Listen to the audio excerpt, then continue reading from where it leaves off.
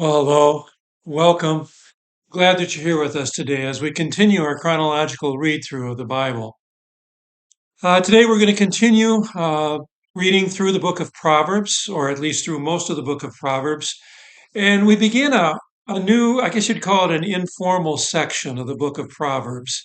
In his commentary, Dr. Steinman refers to this section as a wise son, wise ways to live. In other words, father is giving advice to his son on wise ways to live.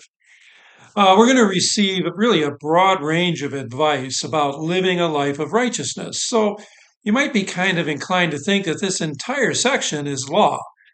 But I guess I encourage you, don't fail to see where the gospel is applied as you're working your way through this, and also how the gospel underlies everything that's being said. After all, when used as a guide for how God would have us live our lives for Him, which is what we often refer to the third use of the law as, the law presupposes that you have received the gospel and that you are a part of God's family. If you haven't received the gospel, if you're not a part of God's family, you can't please God no matter what. So that presupposition is there.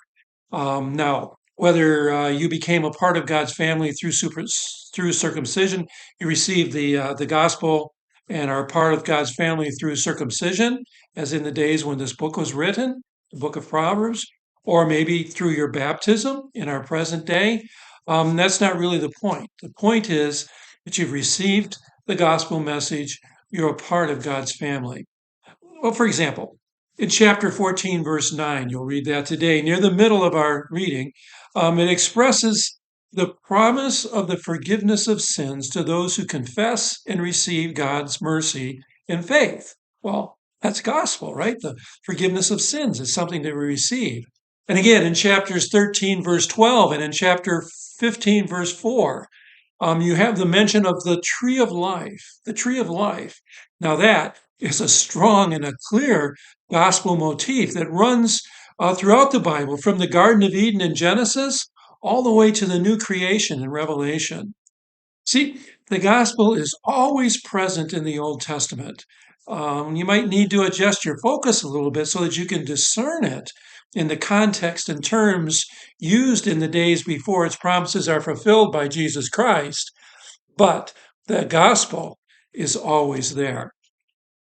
Now, the Proverbs in this section that we're reading today they're too numerous and they're too varied to comment on individually or really even as a group.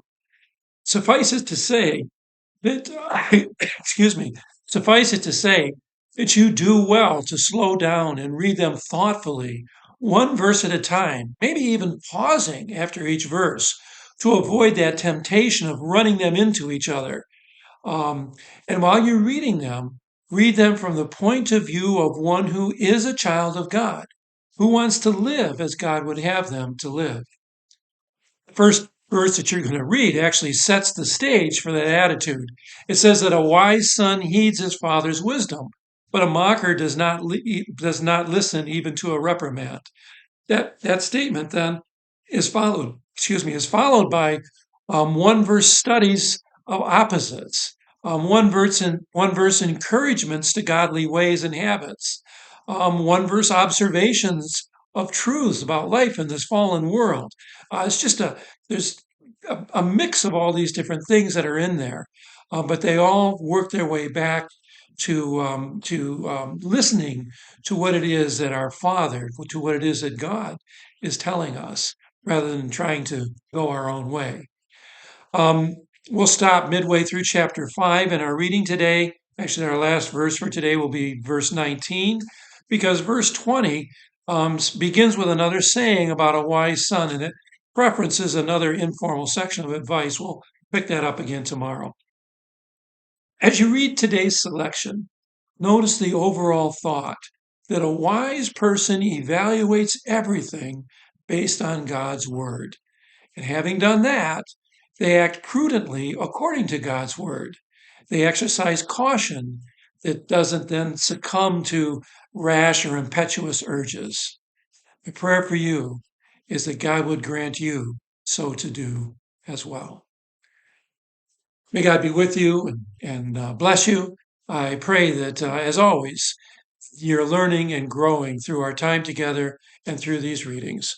I look forward to gathering with you again tomorrow.